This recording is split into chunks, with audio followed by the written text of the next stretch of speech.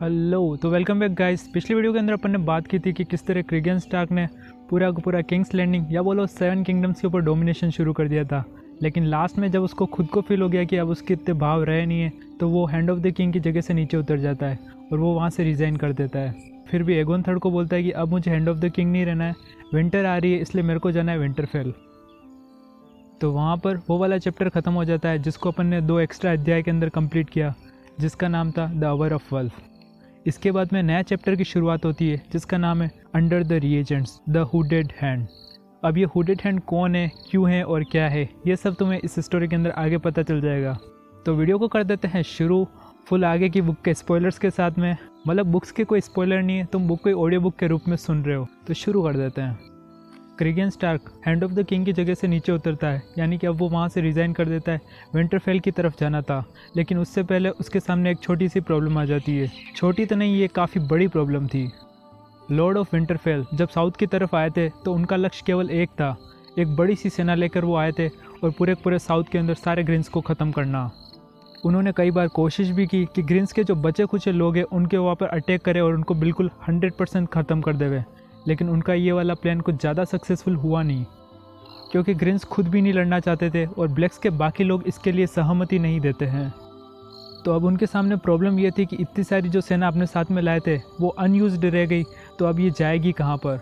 अब ये सारे लोग विंटरफेल की तरफ वापस नहीं जा सकते थे, और इसका रीज़न तुम्हें भी पता है, क्योंकि अब वहाँ पर सर्दियाँ आ चुकी है। और अगर तुम समझ नहीं पाए हो तो सर्दी आ जाती है तो वहाँ पर खाने पीने का कम रहता है, तो ये लोग फालतू में वहाँ पर जाएंगे और लोग बढ़ेंगे तो खाने पीने की कमी होगी और ऐसे भूखे मरेंगे। तो लोग वहाँ पर जितने कम रहेंगे विंटरफेल की साइड में उतना बढ़िया है। अब हमारा यहाँ पे एक सोर्स एक्टिवेट हो जाता है, वो है मशरूम द लीजेंड। वह कहता है लेडी एलिसन ने क्रिगन स्टार्क को एक उपाय बताया इस प्रॉब्लम से बचने के लिए। वो लॉर्ड स्टार्क को आइडिया देती है, क्यों ना ऐसा करे कि आपकी सेना के अंदर सारे के सारे मेल सैनिक है और अच्छे खासे हैं अभी। और अगर आप रियोलैंड्स का एरिया देखो, यहाँ के सारे जितने भी सैनिक थे वो सारे फाइट्स के अंदर लड़ के मर जा चुके हैं, तो उनकी विधवा बीवियाँ हैं और उनके बच्चे हैं। और आने वाली सर्दियाँ पूरे वेस्टरोस के अंदर आएगी, तो ऐसे मुश्किल समय में उनके पास में भी तो कोई होना चाहिए। तो उन सारे रियोलैंड्स की विधवाओं का और आपके नॉर्थ के सैनिकों की शादी करवा दी जाए, और इस तरह इन सबको एक फैमिली मिल जाएगी। सभी लोगों को ये आइडिया अच्छा लगता है और इसके रेस्पेक्ट में बहुत सारी शादियाँ होती है रियोलैंड्स के अंदर। ब्लैक एले और उसका भतीजा बेंचिकोट ब्लैकवुड, ये दोनों वापस अपने घर यानी कि रिवरलैंड्स की तरफ जाते, तो ये सारे नॉर्थ के बहुत सारे सैनिक होते हैं, वो भी इनके साथ में चले जाते शादियाँ करने के लिए। मशरूम इस बारे में बोलता है, ए वॉल्फ फॉर एवरी लेडी। यह वॉल्फ उन लेडीज़ के कमरों को और उनके बिस्तरों को गर्म रखेगा, और उन लेडीज़ को भी, जो उन्हें आगे आने वाली सर्दियों से बचाएगी। इसके बाद में रिवरलैंड्स के अंदर काफ़ी सारी शादियों के मेले होते हैं, क्योंकि काफ़ी सारे सैनिक हैं और काफ़ी ज़्यादा विधवाएं, तो मेले टाइप होते जहाँ पर आपस में कपल्स एक दूसरे को चूज़ करते हैं और वो लोग शादी करते हैं। रिवरलैंड्स की जितनी भी बड़ी बड़ी जगह हैं, ये सारे जो तुम एरिया देख रहे हो बड़े बड़े, जहाँ पर अच्छी सिटीज़ है छोटी बड़ी, वहाँ पर ये सारे मेले रखे जाते हैं। परंतु ऐसा नहीं था कि नॉर्थ के सारे सैनिकों ने शादी कर ली हो। बहुत सारे लोग शादी नहीं करना चाहते थे, तो वो लोग मैन एट आर्म्स या फिर बोलो छोटे बड़े कमांडर, जो रिवरलैंड्स के अंदर क्या है कि सारे बहुत ज़्यादा सैनिक मारे जा चुके, तो हर लॉर्ड को वापस अपनी स्ट्रेंथ के लिए सैनिक चाहिए, तो ये नॉर्थ के लोग वहाँ पर ड्यूटी करना शुरू कर देते हैं। परंतु कुछ नॉर्थ के सोल्जर्स ये थोड़े लक्षण ख़राब होते हैं और ये क्या करते हैं कि चोर उचक्के बन जाते हैं, डाकूगिरी करना शुरू कर देते हैं वेस्टरोस के अंदर। परंतु इनकी डाकूगिरी ज़्यादा दिनों तक चलती नहीं है, और जो सैनिक होते हैं ऑफिशियल सेना के सैनिक, वो इनको पकड़ के मार डालते हैं। अब ये सारी जो शादियाँ हुई थी और ये नॉर्थ के लोगों ने ऐसे छोटे बड़े लॉर्ड्स के मैन एट आर्म्स ऐसी जगहों को ज्वाइन कर दिया था, इसकी वजह से रिवरलैंड्स का जो बड़े बड़े घराने थे जो कहीं पे कमज़ोर पड़ गए थे इस हाउस ऑफ ड्रैगन के पूरे वॉर की वजह से, डांस ऑफ ड्रैगन के वॉर की वजह से उनकी स्ट्रेंथ वापस से रीगेन हो गई।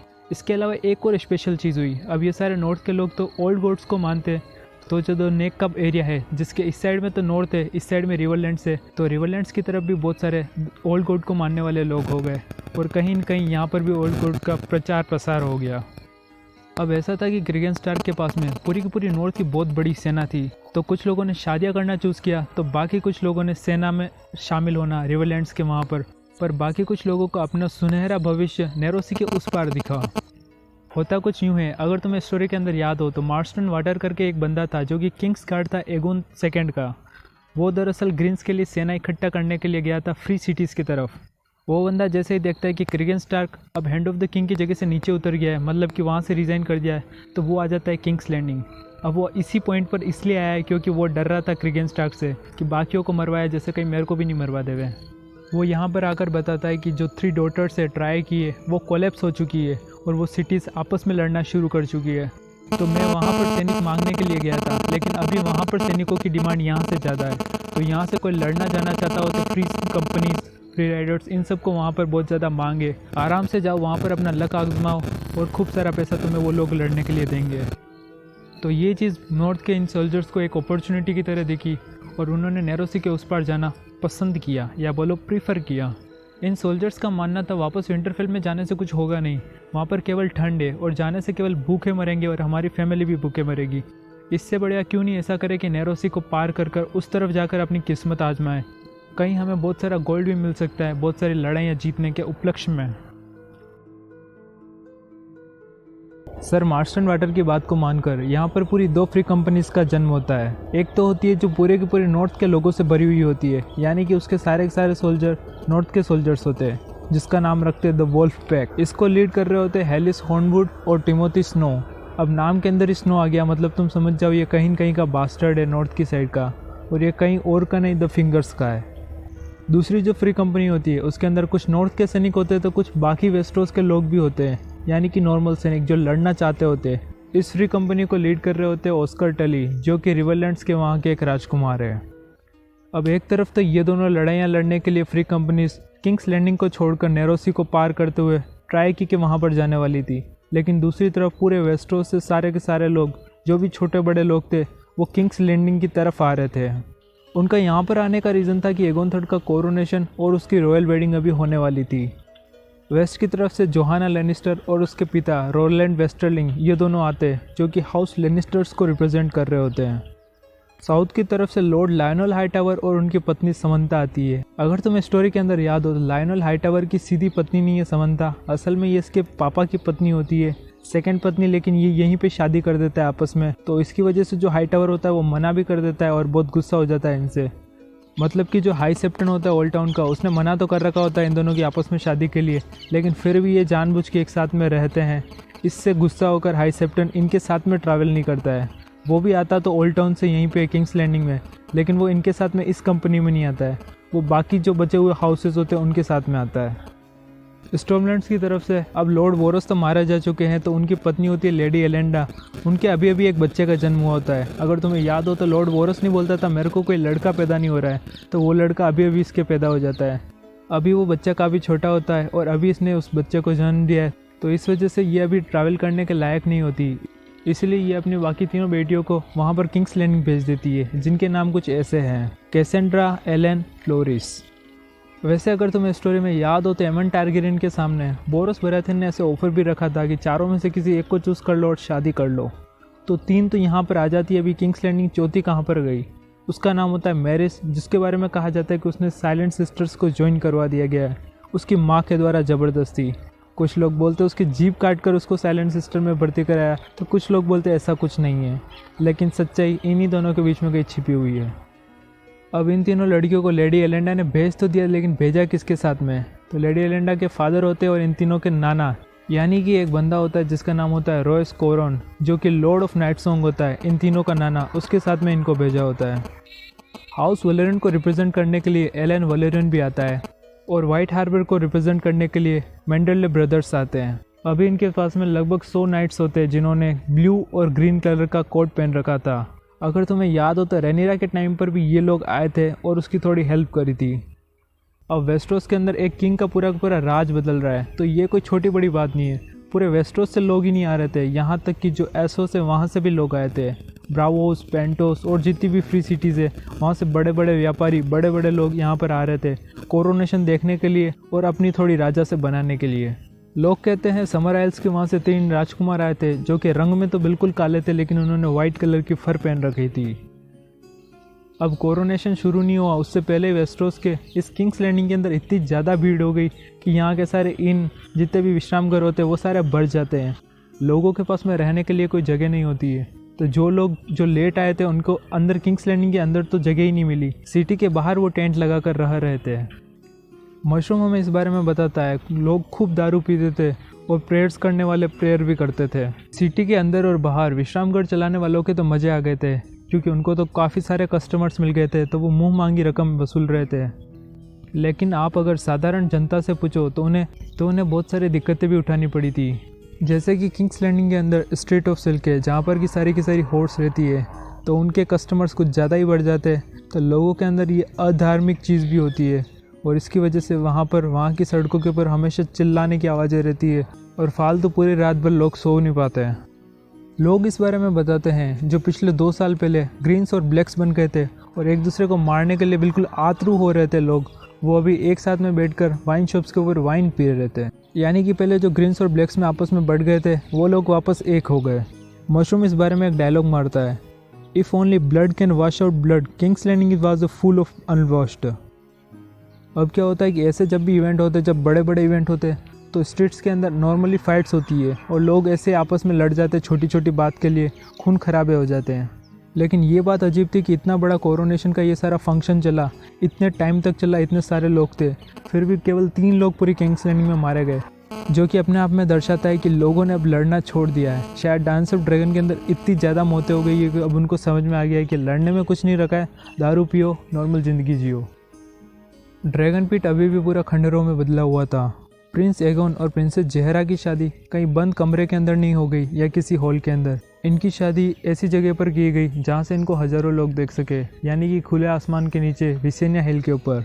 यहाँ पर इनकी शादी को अच्छे से देख पाए, इसलिए स्टेडियम जैसा माहौल बनाया गया, यानी कि उसी तरीके से ऊपर चेयर्स लगाई गई, जिससे कि बिना किसी दिक्कत के बड़े बड़े लोग इनकी शादी को देख सकें। सेप्टन ह्यूस्टन बोलते हैं इनकी शादी का दिन या बोलो कोरोनेशन का दिन, वो एक सनी दिन था और काफ़ी ठंडा भी।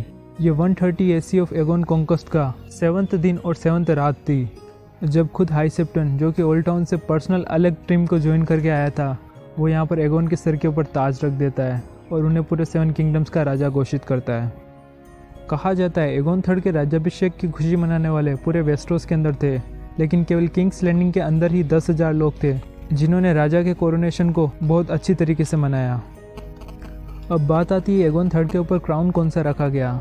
ये क्राउन थोड़ा अलग था, येलो कलर का बना हुआ गोल्ड का था, जो कि गोल्ड सा था।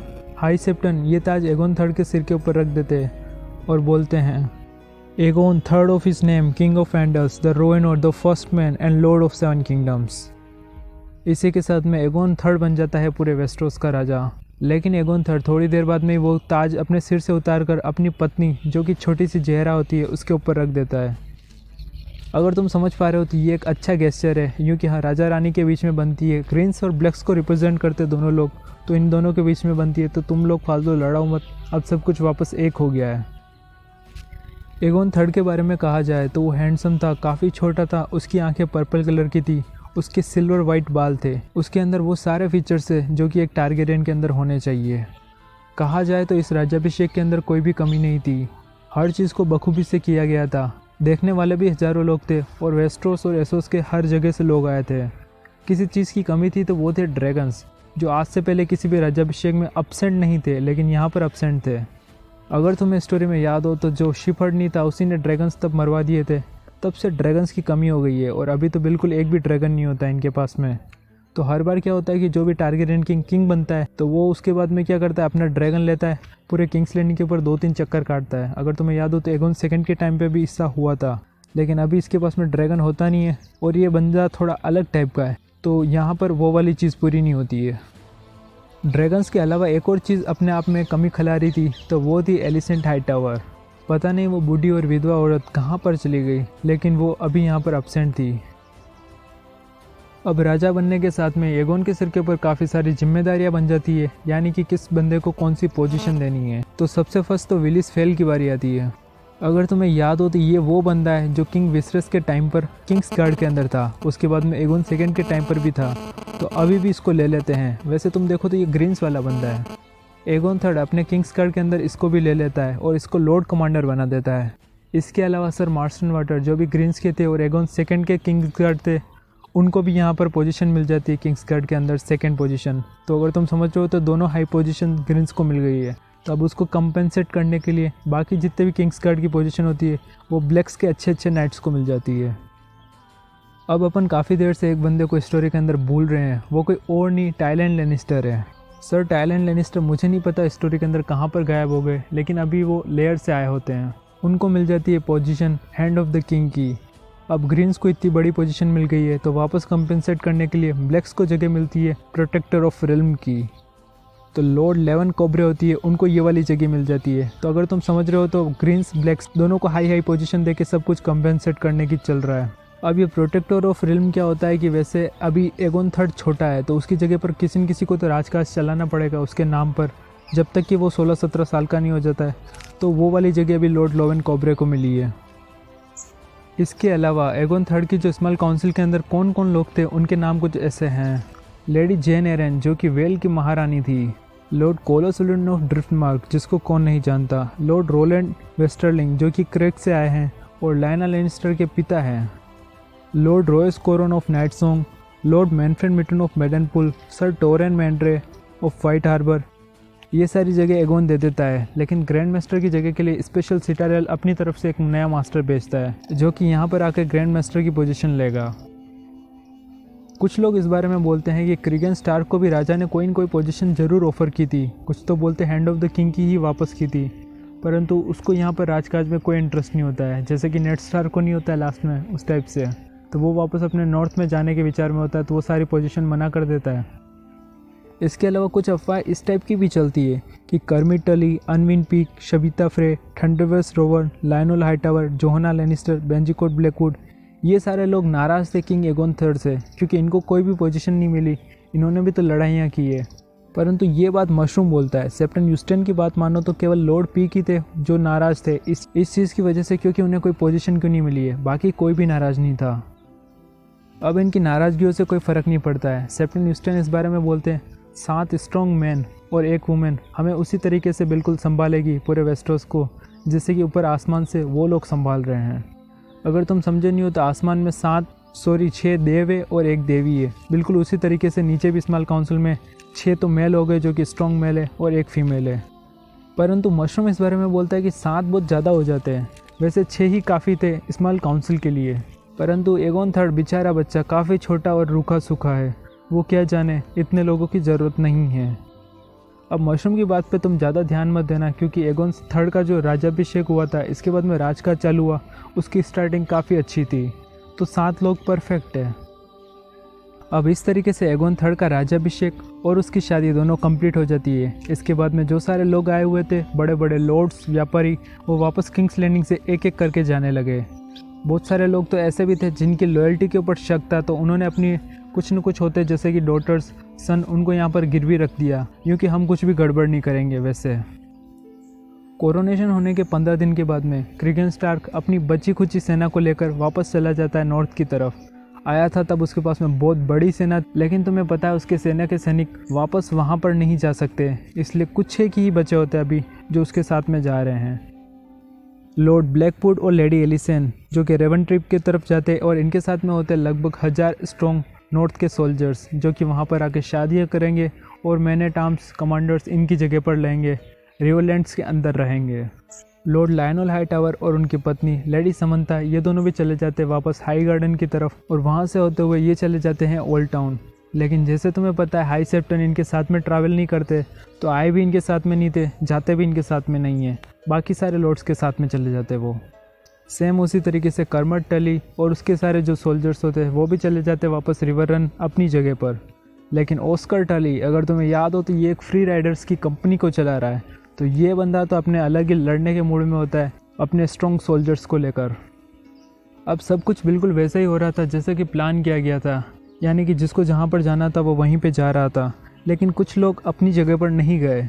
वैसे तो क्रिगन स्टार्क ने जिसको मौत की सज़ा दी दी थी, और उन्होंने बोला था कि हमें द वॉल के ऊपर जाना है, हमें मरना नहीं है, हाउस मैंड्रे के ब्रदर्स लेके जाएंगे वहाँ पर वॉल तक, ये फिक्स हुआ होता है। लेकिन यहाँ पर एक छोटा बड़ा कांड हो जाता है। इन सारे कैदियों को हाउस मैंड्रे के ब्रदर्स लेके जाते हैं अपनी जगह पर, यानी कि वाइट हार्बर। वहाँ तक ये एक शिप के अंदर जाते हैं जिसका नाम होता है नाइट सॉन्ग। वहाँ से डिसाइड होता है कि ये सब लोग जो भी कैदी है ये जाएंगे कासल ब्लैक, और वहाँ पर ये नाइट वॉच के अंदर शामिल हो जाएंगे। लेकिन नाइट सॉन्ग पहुँचे उससे पहले एक बंदा मिस हो जाता है इस नाइट सॉन्ग के शिप के ऊपर से, और वो कोई और नहीं ग्रैंड मास्टर ऑरवेल होता है। कहा जाता है कि इसको भी बेड़ियों के अंदर डाल रखा था, लेकिन ये अपने गार्ड को बहला फुसलाने में कामयाब हो जाता है। वो एक भिखारी का वेश ले लेता है जिससे कि कोई उसको पहचान नहीं पाए, और जल्दी से किंग्स लैंडिंग की छोटी मोटी गलियों के अंदर वैनिश हो जाता है। किसी को भी नहीं पता वो कहाँ पर चला गया। इस चीज़ से सर मैंड्रे काफ़ी ज़्यादा गुस्सा हो जाते हैं, क्योंकि जिम्मेदारी तो उनकी थी इन सब लोगों को व्हाइट हार्बर और वहाँ से द वॉल पर ले जाने की। तो वो बोलते हैं कि जिस गार्ड ने इनकी हेल्प की उसी को इनकी जगह पर द वॉल के ऊपर जाना पड़ेगा। पर अब जो भी हो, ग्रैंड मास्टर ऑरवेल को वापस ढूंढना वो भी किंग्स लैंडिंग के अंदर कोई पॉसिबल चीज़ ही नहीं थी, क्योंकि वो बंदा बिल्कुल लिटरली गायब हो चुका है। तो उनको बिना लिए हुए नाइट सॉन्ग का जो शिप होता है वो चला जाता है व्हाइट हार्बर की तरफ किंग्स लैंडिंग से। अब कैप्टन ह्यूस्टन हमें यहाँ पर कुछ चीज़ें बताते हैं, जैसे कि 131st ईयर के एंडिंग में हमें कुछ अनयूजुअल देखने को मिलता है। अब कैप्टन ह्यूस्टन हिस्ट्री में इस बारे में लिखते हैं 131st का ईयर चल रहा होता है, और अब एक ग्रे काम आ जाता है किंग्स लैंडिंग के ऊपर, और बोलो तो क्राउनलैंड्स के ऊपर। ग्रे काम का मतलब है कि इतने सालों से जो लड़ाइयाँ चल रही थी उसके बाद में एक फाइनली कहीं न कहीं कुछ शांति है ये किंग्स लैंडिंग के अंदर एगोन थर्ड के राज्याभिषेक के बाद में। एगोन थर्ड टारगेरियन जो कि राजा बना हुआ था और उसके पास में था आयरन थ्रोन, उसका हैंड ऑफ द किंग था टायलन लैनिस्टर, लेकिन प्रोटेक्टर ऑफ रिल्म की जगह होते हैं लोवेन कोब्रे। परंतु दिन ब दिन लोवेन कोब्रे की पावर कम होती जा रही होती है, और जो टायलन लैनिस्टर होता है उसकी पावर बढ़ रही होती है। यानी कि अगर तुम समझ पा रहे हो तो ये जो टायलन लैनिस्टर है वो ज़्यादा तेज पड़ता है और वो हर चीज़ को डोमिनेट कर रहा होता है। माना जाता है लैनिस्टर्स काफ़ी खूबसूरत होते हैं और देखने में काफ़ी हैंडसम। टायलन लैनिस्टर भी किसी टाइम पर अपने भाई जेसन लैनिस्टर की तरह काफ़ी अच्छा दिखता था, जिसको देखकर कोई भी नॉर्मल महिला आकर्षित हो जाए। लेकिन अगर तुम्हें याद हो तो रेनिरा ने जिस लेवल के इसको टॉर्चर दिए थे, क्योंकि सारा का सारा गोल्ड कहाँ पर छिपा रखा है ये सच उगल नहीं रहा था, तो जो टॉर्चर की वजह से इसके मुंह की सारे हाथ पैर की जो भी वेशभूषा बिगाड़ी थी उसने, तो वो सारे स्केयर अभी भी इसके चेहरे पर थे, जिसको देख के बहुत ज़्यादा डरावना बना देते हैं। लोग कहते हैं इनको देखते ही जो छोटी बड़ी लेडीज़ होती है वो तो डर भी जाती है, इतना ख़राब इसका चेहरा हो चुका था। तो बड़े बड़े जो ओकेशंस होते हैं उस टाइम पर ये अपना हमेशा सिर एक कपड़े के अंदर या फिर यूँ बोलो हुडी के अंदर ढक के रखता है। तो अगर तुम समझ पाए हो तो इस चैप्टर का नाम था द हुडेड हैंड, यहाँ से ये वर्ड आया है। अब ये बंदा पहले से दिखता इतना ख़राब था, उसके बाद में ये हुडेड रहता था हमेशा अपना चेहरा ढककर। तो जो नॉर्मल जनता होती है किंग्स लैंडिंग की वो तो ये तक कहना शुरू कर देती है कि ये बंदा गड़बड़ है, कोई न कोई जादूगर है, काले जादू करने वाला, और उसने हमारे किंग्स लैंडिंग के ऊपर एक काला साया लेके आ गया है। सर टायलन लैनिस्टर की शक्ल और उनका शरीर बिल्कुल बिगड़ चुका हो, लेकिन उनकी बुद्धि बिगड़ी नहीं थी, वो अभी भी पहले की तरह शार्प थे। लोग कहते थे कि इनके साथ में ब्लैक्स ने इतना ख़राब किया है, इनकी शक्लें बिगाड़ दी, इनकी पत्थर रगड़ दी है, तो ये उन सब चीज़ों का बदला लेंगे। लेकिन ऐसा कुछ हुआ नहीं, इन्होंने अपना माइंड शायद बदल लिया था। इन्होंने कौन ब्लैक से कौन ग्रीन से उन सब के बारे में सोचना छोड़ दिया। इन्होंने पूरे वेस्टरोस को केवल एक की तरह देखा, जैसा कि पहले विसरस के टाइम पर था। वैसे ऑफिशियल तो नहीं, लेकिन धीरे धीरे लोवेन कोब्रे के ऊपर इनकी डोमिनेंस बढ़ गई, और फिर तो उसका रोल बिल्कुल नेगलेक्ट होने लग गया, सारी की सारी पावर इनकी तरफ आ गई थी। मशरूम इस बारे में बोलता है ये एक मोटा सा आदमी था जो कि बहुत ज़ोर से फार्ट कर सकता है, ऐसा कि आपने सुना भी नहीं हो कहीं पे। इसके आगे मशरूम बताता है कि दिन ब दिन जो मून चढ़ता और गिरता जाता है, हर दिन के पास होने के साथ में लोवेन कोब्रे की पावर कम हो गई और इसकी पावर बढ़ती ही गई। अब ऐसा नहीं था कि किंग्स लैंडिंग के ऊपर एक कोई किंग बैठ गया है एगोन थर्ड, तो उसकी वजह से पूरे वेस्टरोस के अंदर शांति आ जाए। कुछ एक चैलेंजेस तो इनको भी फेस करने पड़ेंगे। अगर तुम्हें याद हो तो हिस्ट्री के अंदर अभी के टाइम पर वेस्टरोस के अंदर विंटर आ चुका है, जो कि पूरे अगले 4 सालों तक चलेगा, और उसी के साथ में इस विंटर भी पिछले सारे विंटर्स की तरह एक ठंडा और गहरा था। डांस ऑफ ड्रैगन के टाइम पर ही वेस्टरोस का काफ़ी सारा जो ट्रेड था किंग्स लैंडिंग के इधर होता था वो कोलैप्स हो चुका है। और अगर तुम्हें याद नहीं है तो ये तुम फर्स्ट वाला एक अध्याय जाकर देखो क्यों हुआ था। बहुत सारी अफरा तफरी और लॉलेसनेस, अनुशासन बिगड़ गया था पूरे वेस्टरोस के अंदर। बहुत सारे डाकू वगैरह हो गए थे, क्योंकि उन्हें पता था कि कोई एक परफेक्ट अभी राजा है नहीं, और जो भी लॉर्ड्स हैं उनके पास में ज़्यादा पावर तो है नहीं। तो किंग्स लैंडिंग की जो रोड थी उसके ऊपर जो भी व्यापारी इधर उधर जाते थे उनके वहाँ पर लूटपाट की घटनाएं बहुत ज़्यादा बढ़ गई थी। तो चोर उचक्के डाकू वाली घटनाएं वेस्टरोस के अंदर अभी काफ़ी चल रही थी। एक अलग और अजीब सी घटना यह हुई थी कि जो विधवा रानी थी एलिसेंट हाईटावर, उसने एगोन थर्ड को अपना राजा मानने से साफ मना कर दिया। लोग कहते हैं एगोन सेकंड के मरने के साथ में ही इसका जो दिल होता है वो पत्थर का दिल हो जाता है। यानी कि अभी भी ये नहीं मिटा पा रही थी अपने दिल से कि कौन ग्रीन से कौन ब्लैक से। इसके लिए वापस वो लोग एक कभी हुए ही नहीं। जो सारे लोग मिलकर स्मॉल काउंसिल चला रहे थे उन्होंने इस बात पर मना किया कि इसको मार नहीं सकते, किसी भी तरीके से इसको मौत की सज़ा तो नहीं दे सकते, भले ही ये ग्रीन्स की हो। बाकी कुछ लोग डर रहे थे अगर इसको मौत की सज़ा दे दी तो जो ग्रीन्स अभी शांत बैठ गए वो वापस से लड़ने की कोशिश करेंगे, इसका मौत का ज़रूर रिवेंज लेंगे, इसके मौत का बदला वो लोग ज़रूर लेंगे।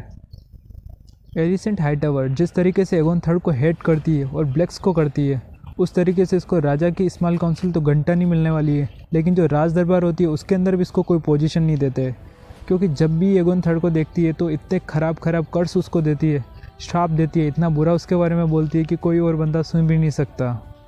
इसके अलावा बदले की आग के अंदर ये इतनी ज़्यादा पागल हो चुकी थी कि एक दो बार तो इसने गार्ड से उनका जो डैगर होता है और एगोन थर्ड को मारने तक की कोशिश कर दी। तो अब तुम समझ सकते हो इसको एगोन थर्ड से दूर रखना कितना ज़्यादा ज़रूरी है। यहाँ तक कि लेडी जहरा जो कि एक छोटी सी बच्ची होती है, अभी भी रानी बनी है, वो तो एगोन सेकंड की बेटी ही थी और इसकी पोती, तो ये क्या करती है उसको भड़काती है। इसने कई बार उसको बोल दिया कि रात को सोते समय जब ये एगोन थर्ड सोया हुआ हो तब तुम अपना छुरा लेना और इसको मार डालना, यानी कि तुम समझ रहे हो तो जहरा को एगोन थर्ड को मारने की बात कर रही है। ये सुन के उल्टा जहरा खुद डर गई, तो बाकी कोई बंदा क्यों नहीं डरेगा। ऐसे ख़राब प्लान्स इसकी वजह से और इसके जो श्राप थे इसकी वजह से इसको मैगर होल्डफास्ट के अंदर वापस इसको कैद कर देते हैं। कैद तो क्या बोलो, इसको नज़रबंद कर देते हैं। अब यह करते हुए हैंड ऑफ द किंग का बनता है कि पूरा जो वेस्टरोस के अंदर ट्रेड कोलैप्स हो चुका है डांस ऑफ ड्रैगन की वजह से और इकोनॉमिक क्राइसिस चल रहा है, उसको वापस रिस्टोर करे। लेकिन ये उस तरीके से नहीं कर सकता जो क्वीन रेनिरा ने किया था, यानी कि बहुत ज़्यादा टैक्स लगा दिए जो कि कैल्थिकार ने लगाए थे, और उसकी वजह से जिसकी वजह से स्मॉल फॉक यानी कि जो जनता थी वो कितनी ज़्यादा नाखुश थी वो तो तुम भी जानते ही हो। तो इसको कोई नए आइडिया सोचने थे जिससे कि इकोनॉमिक वापस स्टेबल हो जाए। सबसे फर्स्ट तो जो टायलन लैनिस्टर काम करता है वो ये होता है कि जो छोटे बड़े हाउसेस थे जिनके कैसल बिल्कुल डिस्ट्रॉय हो चुके थे उनको वापस से रिस्टोर करना, और इसके लिए वो क्या करता है कि किंग की तरफ से बहुत सारा कॉइन का लोन देता है उन स्मॉल हाउसेस को। इससे गोल्ड भले ही मिल गया उन कैसल्स को वापस बनाने के लिए, लेकिन आयरन बैंक ऑफ ब्रावोस, इसकी वजह से बैंक ऑफ ब्रावोस और किंग्स लैंडिंग के आयरन थ्रोन के बीच में थोड़ी सी खटास भी हो जाती है, क्योंकि लोन देने वाला काम तो बैंक ऑफ ब्रावोस का होता है, लेकिन अब ये भी करना शुरू कर देते हैं, तो ऐसी चीज़ें तो हो ही जाएगी जब कंपटीशन आ जाएगा। इसके अलावा वेस्टरोस के अंदर सर्दियां आ चुकी है, तो सर्दियों के अंदर खाने के बिल्कुल सुनिश्चित करने के लिए 3 बड़ी बड़ी ग्रैंडरीज बनाई जाती है, यानी कि बोलो तो स्टोर हाउस बनाए जाते हैं। एक लेनिस्पोर्ट के ऊपर, एक होता है गर्ल टाउन के वहाँ पर, और तीसरा खुद किंग्स लैंडिंग के अंदर होता है, जहाँ पर कि बहुत सारा खाना या फिर यूँ बोलो सीरियल्स इनको स्टोर किया जाएगा। अब होता कुछ यूँ है कि जो ये खाने पीने की चीज़ें हैं, गेहूँ वगैरह, इनके जो प्राइस होते हैं वो बहुत ज़्यादा फ्लक्चुएट कर रहे होते हैं, तो इनके प्राइस बहुत ज़्यादा अप हो जाते हैं उस टाइम पर जिनके पास में ये सारी चीज़ें होती है, बड़े बड़े लॉर्ड्स, मर्चेंट्स या फिर इन या फिर यूँ बोलो विश्राम घर वाले जिन्होंने इन सब चीज़ों का स्टोर कर रखा हो खाने का, उनके तो मज़े आ जाते हैं, वो तो महंगे में इन सब कुछ चीज़ों को बेच रहे होते हैं। लेकिन नॉर्मल जनता को बहुत ज़्यादा कष्ट उठाना पड़ता है, तो वो इस चीज़ से गुस्सा भी होती है।